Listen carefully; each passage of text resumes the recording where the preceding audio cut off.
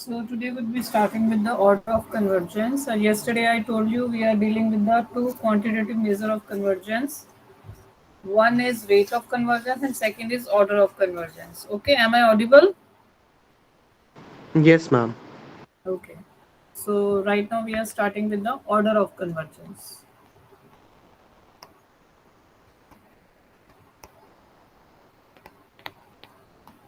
So first thing is, what is the difference between rate of convergence and order of convergence? Okay. So what we did yesterday, that was rate of convergence. So rate of convergence examines the rate at which sequence converges to the exact value. Basically what it does, it examines the rate at which sequence converges to the exact value. That is the rate of convergence. But what does the order of convergence means? Order of convergence examines the relationship between the successive error values. So measuring the effectiveness with which each iteration reduces the approximation error. That is order of convergence. What does order of convergence do? It examines the relationship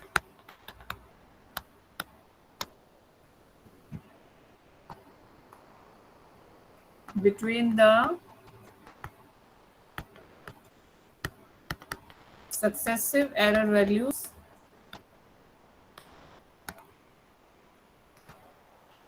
measuring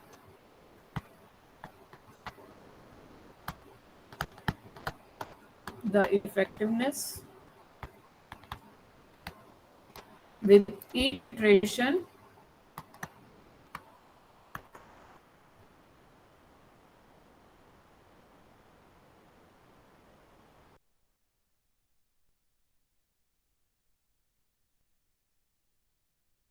sequence Pn is convergent to P.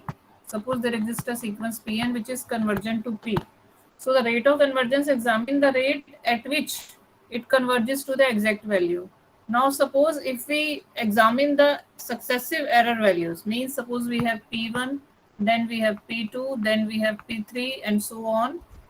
We are having more values, say P1110. So P1 and P के बीच में whatever is the difference, P2 would be more closer to P, P3 will be more closer to P, and P10 will be more closer to P. So this is the difference between the error at this stage.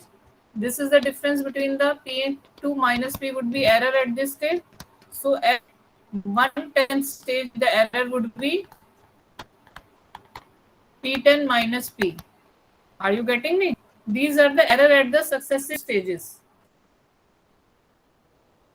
Hello? Yes, ma'am. So what the order of convergence does? Order of convergence measures the relationship between these successive errors. That is order of convergence. It examines the relationship between these successive error values. And what does rate of convergence? It ultimately examines the rate at which sequence P converges to P. So this is the difference between order of convergence and rate of convergence. Did you get it? Yes, ma'am. Yes, ma'am. So if mathematically speaking, what is order of convergence? So we can say, let Pn be a sequence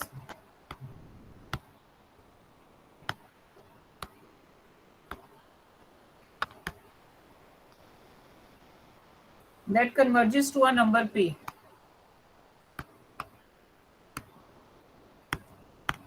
And let En be the error at the nth stage. So En is Pn minus P. This would be for all n greater than equal to 0, P1, P0, P1, P2, P3 and so on. If we are able to determine two constants such that if there exist positive constants lambda and alpha such that limit of n goes to infinity mod Pn plus 1 minus P divided by Pn minus P to the power alpha is equal to, basically this is the error at the nth plus 1 stage, and in the denominator we have the error at the nth stage. This is equal to lambda.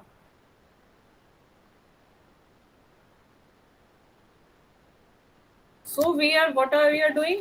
We are trying to find out the relationship between the successive error values. Successive error value means En and En plus 1. So what is the relation between these two? If we are saying the relation between En plus 1 and En is such that limit n goes to infinity, En plus 1 upon En to the power alpha is equal to a positive constant lambda. If such a situation exists, then we say that sequence Pn would be said to converge to P of order alpha. This is order of convergence of Pn converges to P with asymptotic error constant lambda.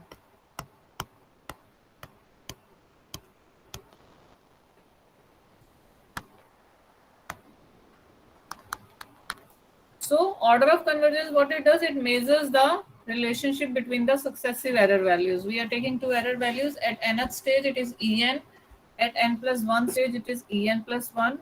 So ratio of En plus 1 and En to the power is equal to the power alpha is equal to lambda. If such a situation exists, then we say that Pn is convergent to P with order of convergence alpha with asymptotic error constant lambda. So get this? Yes, Any ma'am. doubt? Clear, ma'am. Okay. So if we have such a relation, so we can write it as En plus 1 could be written as asymptotically equivalent to lambda mod En to the power alpha. So this is a relation between successive error values. So here comes the role of order of convergence. So the distinguish between rate of convergence and order of convergence is clear? Yes, ma'am. Okay. So when we say a particular method has a particular order of convergence, we say that, say, an iterative method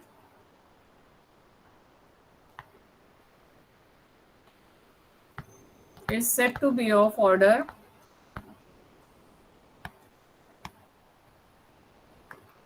alpha if the sequence which it generates converges of order alpha. So iterative method is said to be of order alpha if mod En plus 1 is asymptotically equivalent to lambda mod En to the power alpha.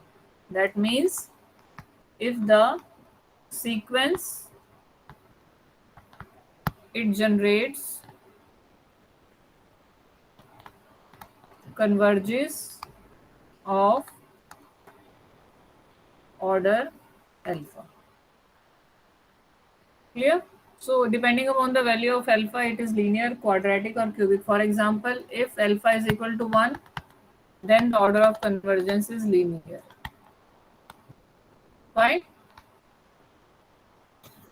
And if alpha is equal to 2, then order of convergence is quadratic. If alpha is equal to 3, then we have a cubic convergence. So depending upon what the numerator value we are giving to alpha, we have linear, quadratic, cubic and so on. Non-integer values are not possible for alpha, remember. Non-integer values for alpha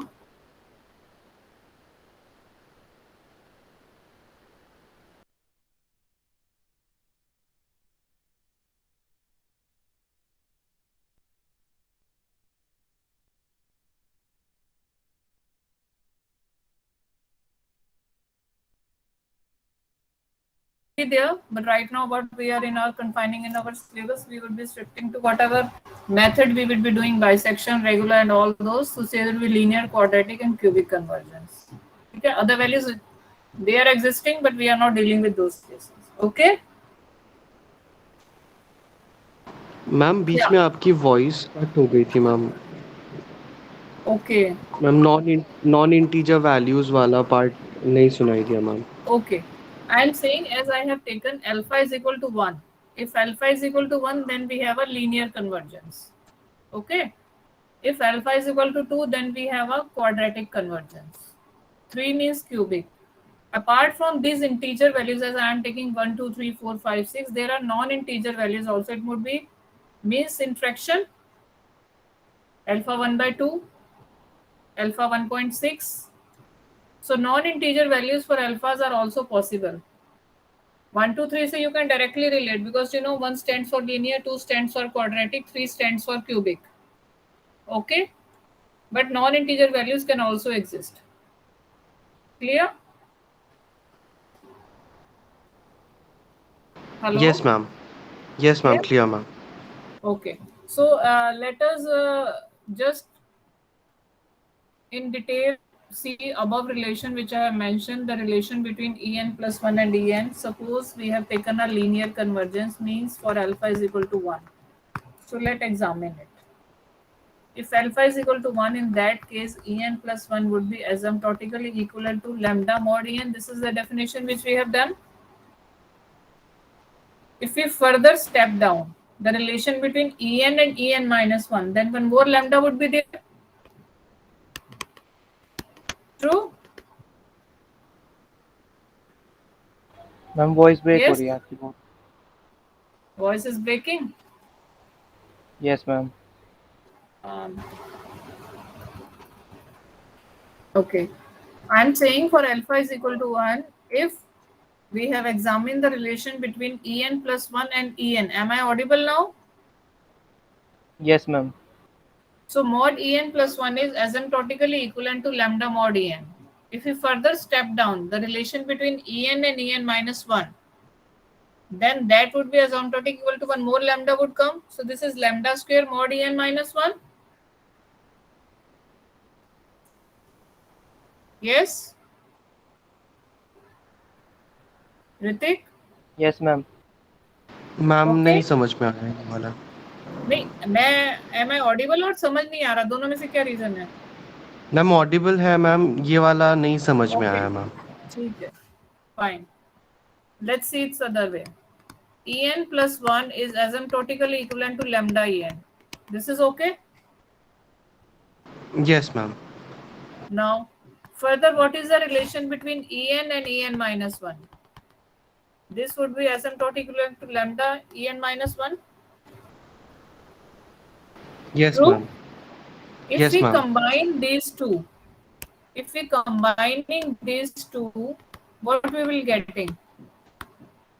In that case, lambda mod en may we can write it instead of en one more lambda. So lambda into lambda will give me lambda square. Yes, ma'am. So this would be asymptotically equivalent to lambda square mod en minus 1. Yes, ma'am. So further, if we try to further break down, this would be say lambda cube mod en minus 1, en minus 2. Get it? Yes, Is ma'am. it clear now? So further, Yes, you can ma'am. see the relation between this subscript cube and 2. So whatever is the power of lambda, the power of n minus that number is less than 1. When we are having power of lambda is 2, n minus 1, 3, n minus 2. So proceeding in this way, what we will get ultimately? If we have only lambda to the power n, so what should be the subscript of en? En minus, it should be n minus 1. Yes or no? Yes, ma'am. So what does it mean? It means lambda to the power mod e1. Agree?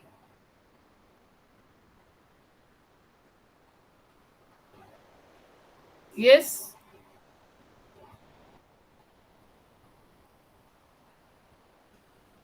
Yes, anybody? Anybody has a Ma'am. doubt? Ma'am, how is it E1, ma'am? How is it even? Because you can see the red line which I have made the circle on the superscript of lambda. When it was 3, the other n minus the number which is subtracting, that is 1 less than 3, n minus 2. Are you able Yes, to ma'am. observe in the red circle? Yes, ma'am. So jab bhi whenever we are having a power, their number which is subtracting, that is 1 less than that. Agree? Yes, ma'am. Yes, So ma'am. when I have a lambda to the power n, in that case, what should be we are supposed to subtracting from n minus 1? Yes, ma'am. So in that case, n minus n plus 1. So n से n cancel हो गया, तो we would be having even only. Yes, ma'am. Yes, ma'am. So whatever I did, I am just again writing and recapitulating it. So we are saying En plus 1 is asymptotic equivalent to lambda En, that is equivalent to lambda square En minus 1.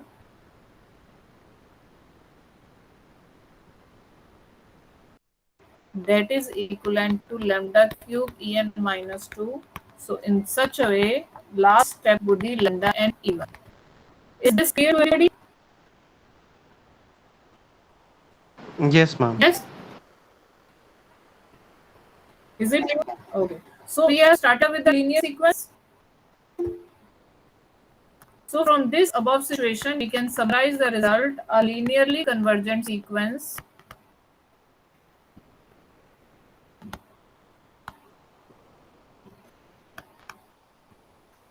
converges with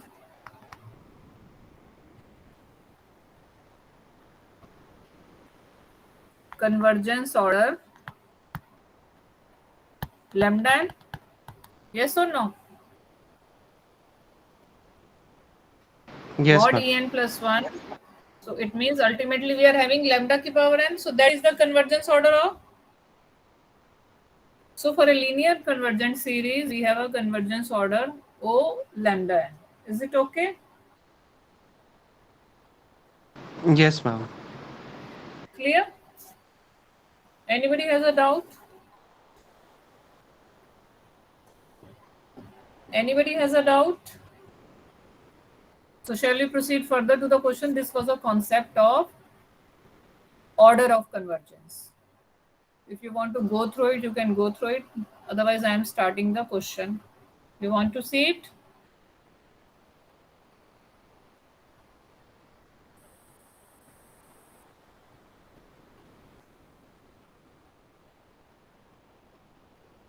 Yes. Yes, ma'am. So shall we proceed toward the question? So let's see. Utilizing this definition of order of convergence, suppose we are given a question. Find out the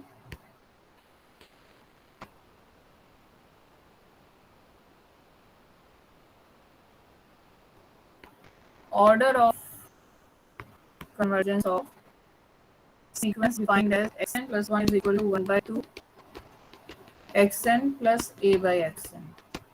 This is a sequence which is given to us, and we have to define the order of convergence. And basically, this sequence is determining the square root of a.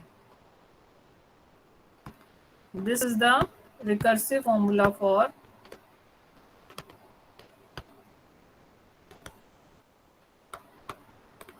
under root of a. Fine. Later on, I can also show you how this formula comes when we will be dealing with Newton-Raphson method. But right now, we are just taking up the result. The relation between xn and xn plus 1 is half xn plus a by xn. We have to determine with this the order of convergence. So the question is clear.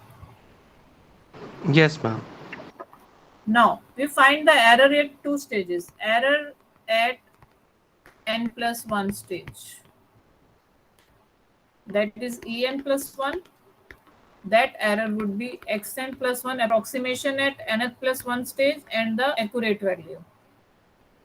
Error at nth stage would be En approximated value minus exact value. Clear? Okay. Yes, ma'am. Now I just try to modify the equation number 1. What I do, I subtract, say, under root a from both sides of equation number 1. If I do so, I will be getting xn plus 1 minus under root a is equal to half of xn plus a by xn minus under root a. Clear? We can do it? No issues? Yes, ma'am. So let us simplify this further.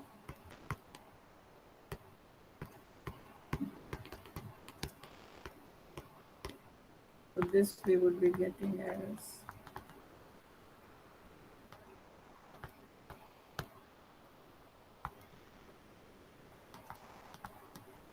right.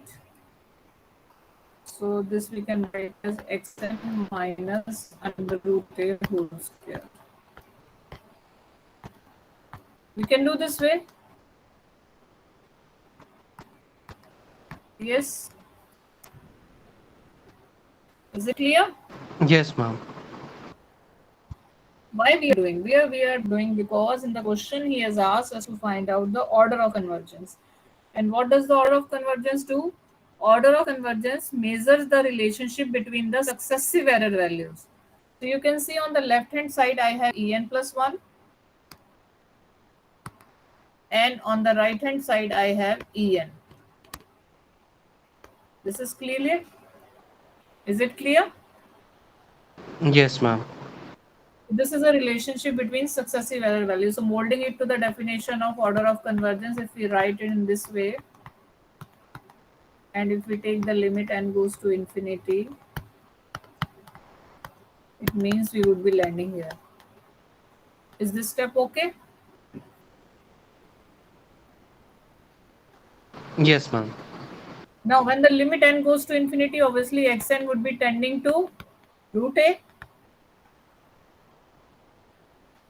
right hand side. Clear? Yes. Is it clear to everybody? No, ma'am. What is xn? What is the exact value of xn? If we are the question, he has given us the sequence of producing xn. Initially, there would be some approximate value x1, x2, x3. So this is the recursive formula for under root a. So ultimately, xn ki what is the limit of xn? Limit n goes to infinity. What is xn? Under root a or not?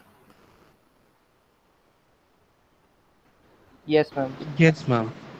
So that's why the right hand side would be 1 by 2 under root a. Yes, ma'am. So comparing this with the standard definition of order of convergence, what does it mean? So thus therefore the sequence generated by above formula, yeah, this scheme,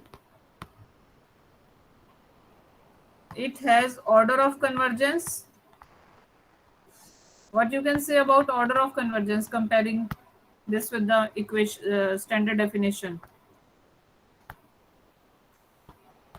1 by 2 under root ए है तो order of convergence कितना हुआ? What is order of convergence and what is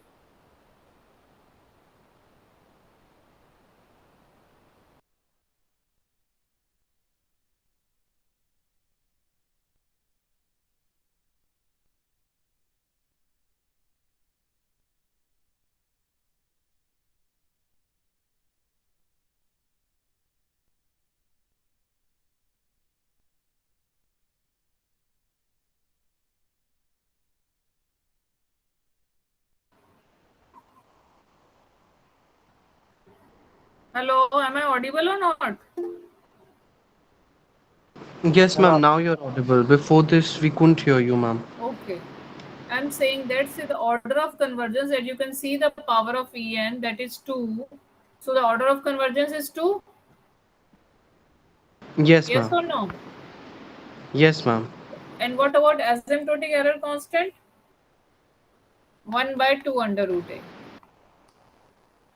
So whatever the recursive formula was given to us, we have tried to just find out the relationship between the errors at successive stages, and then from there we can find out the order of convergence and asymptotic error constant.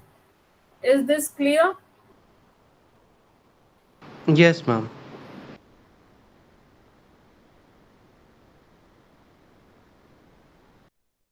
Any query, any doubt? Anybody? No? no, ma'am. So So next I will just let you remind of the Taylor theorem.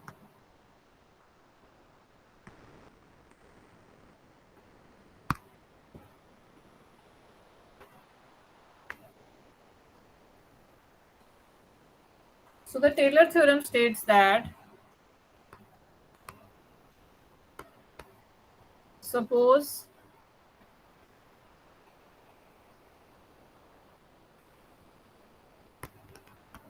f is continues on closed interval AB and has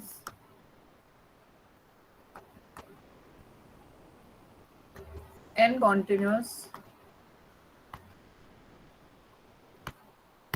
derivatives on AB and n plus 1th derivative is continuous and it exists on closed interval AB. We are saying n derivatives are continuous on AB and n plus 1th derivative exists. Okay.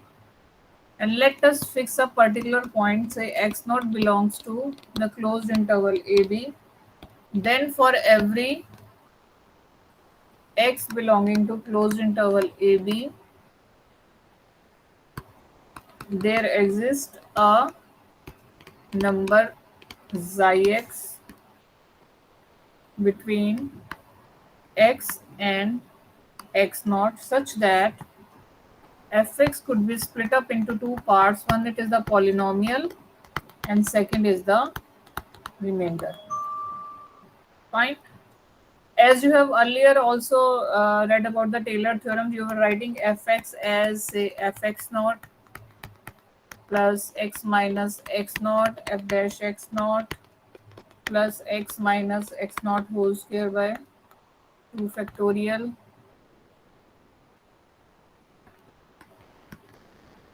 fine, and lastly ending up with the fn plus 1 xi x n plus 1 factorial x minus x naught n plus 1. This already you have read Taylor's theorem in this form. I am just what trying to do, it's writing in the form of Pnx and Rnx. So in this case, Pnx here would be nth polynomial carrying up to nth derivative. Whatever in the square bracket I have written, I am compacting it into the two form Pn and the remainder term. Remainder term would be the last term, xith term.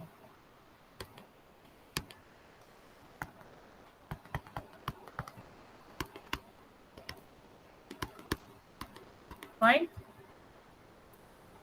So this is the Taylor's theorem.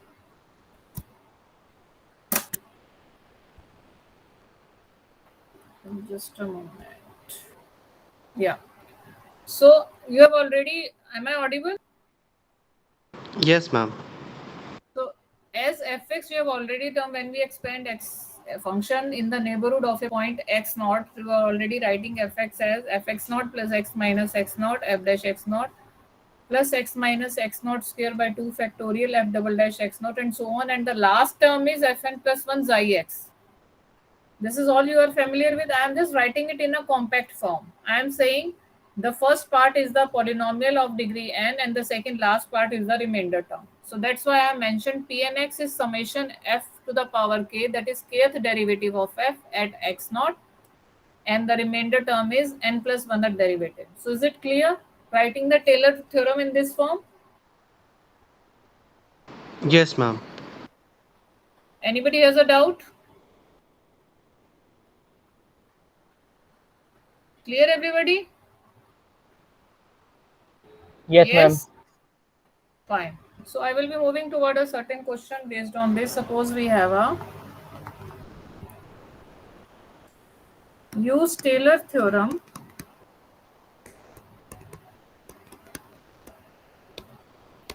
to obtain the second degree Taylor polynomial and its associated remainder term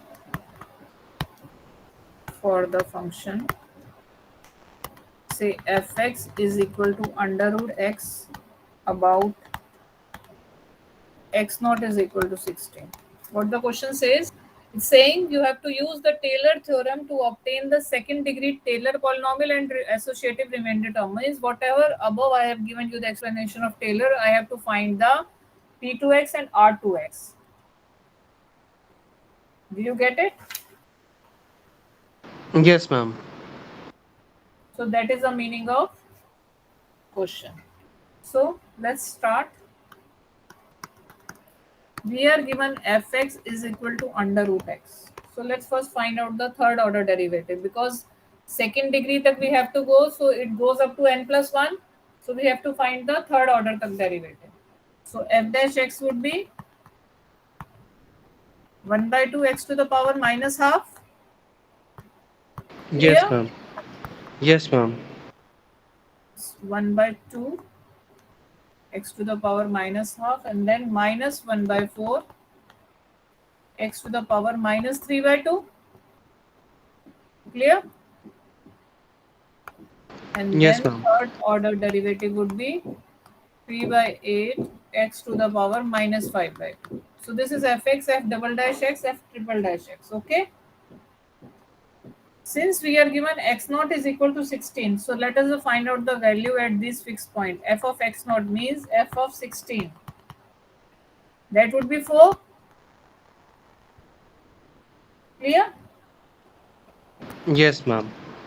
Similarly, if we try to find out the value f dash x naught, 1 by 2 upon under root 4. So obviously this would be 1 by 8. Agree? Similarly, f double dash x naught you will be getting as minus 1 by 256. You can cross check. And the last term at n plus 1 is we are having xi 3 by 8 xi minus 5 by 2. So these are all the calculation part which I would be needing in writing Pn and Rn. Here n would be 2. So it means fx would be p2x plus r2x. Clear? And what is the theorem?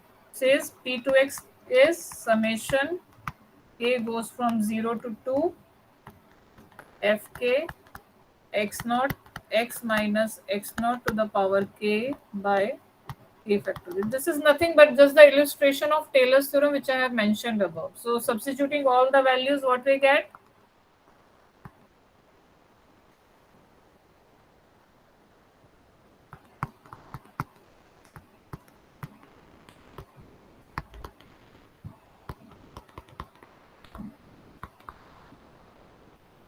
So this would be your P2x. Yes. Yes, ma'am. So you can substitute all the values here, whatever we have calculated above. Yes, ma'am. So it would be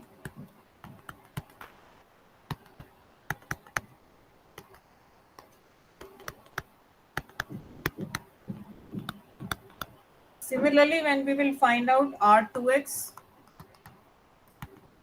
it would be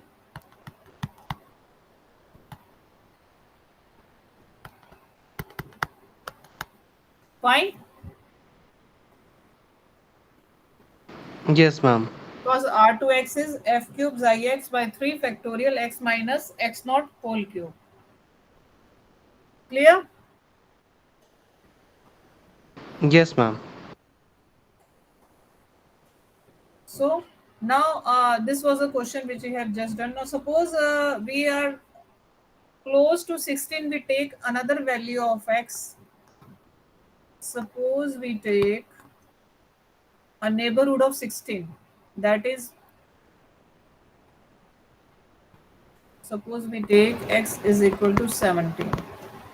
Okay, so let's find out in this interval 16 to 17 how does the remainder terms react. ठीक है, so using Taylor polynomial and remainder term,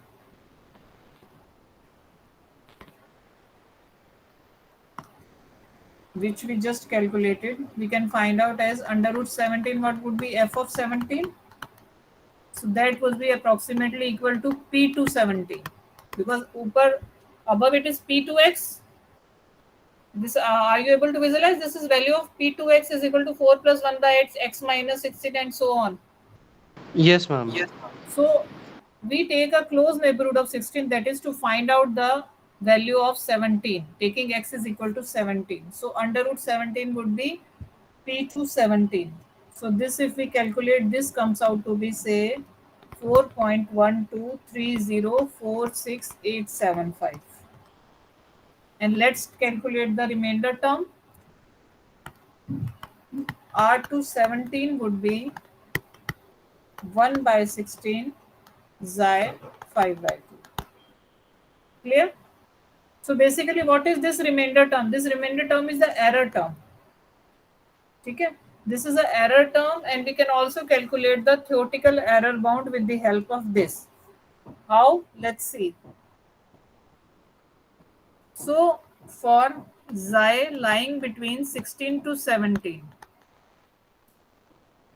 whenever we have a xi is a value between a and b, as in the theoretical part of the Taylor theorem.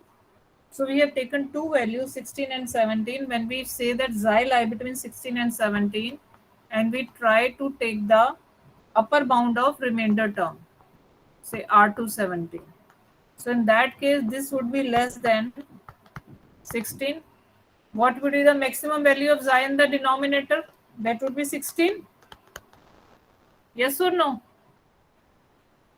Yes, ma'am. So if we calculate this value, this comes out to be 6.10 into 10 to the power minus 5.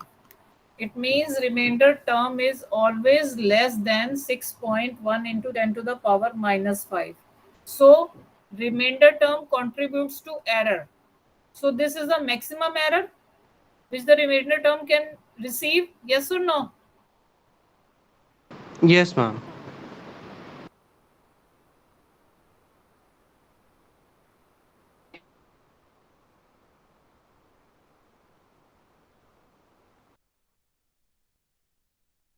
Ma'am, we So can't this hear you, error ma'am. term is we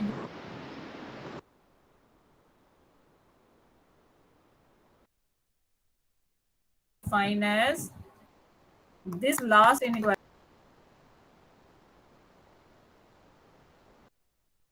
Ritik, can you hear me? Yes, ma'am. Now we can hear Yes, you, yes. ma'am. Okay, I am saying when the xi lies between 16 to 17, the maximum value of the remainder term is 6.1 into 10 to the power minus 5. This maximum value is called theoretical error bound. What does it mean? What is the significance of this? It means that the value of p to 17 can differ from under root 17 by a number not more than this amount. What is the meaning of this? It says that the value of polynomial 17, that is p to 17, can differ from actual value under root 17 by no more than this amount. इससे ज़्यादा का difference there won't exist. Maximum error bound is 6.1. Clear? This is the meaning of theoretical error bound. Is everybody getting this? Yes, ma'am. So let me summarize what we did today. We did order of convergence. First we did the definition.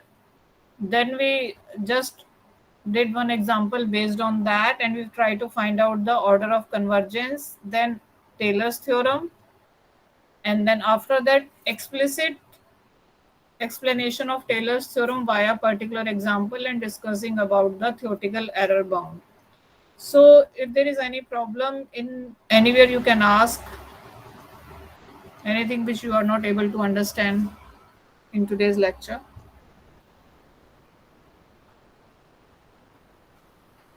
Yes?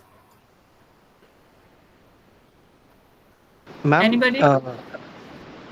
ma'am, this Yes? xi, is it a function, ma'am? Number. It's a number between two values. Like as I have said in the theorem, you just read the theorem there. The Taylor theorem is there exists a number xi between x and x naught. In our particular example case, x naught was 16 and we take x as 17. So xi is a number between 16 and 17. Ma'am, in the definition, why have we written xi x then, ma'am? It depends upon x because when x naught is 16, we took x as 17. Na? If I take x as 18, so it would be a number between 16 and 18. Okay, And it ma'am, never yes. changes. Xi can also change. Na? Range, it depends upon the range. But x naught is fixed. What is changing x? X naught is fixed. It's expansion about a particular number x naught. Whenever we shift the x, xi can change. Na? Yes, ma'am, yes, ma'am. So that's why xi is dependent on x. Understood, ma'am. Yeah. Anybody else?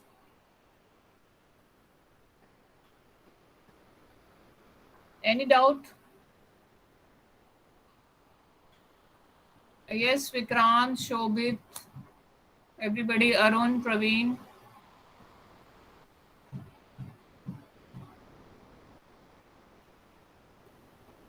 Yes.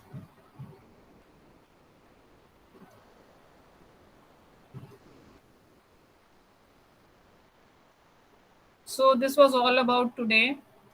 Fine.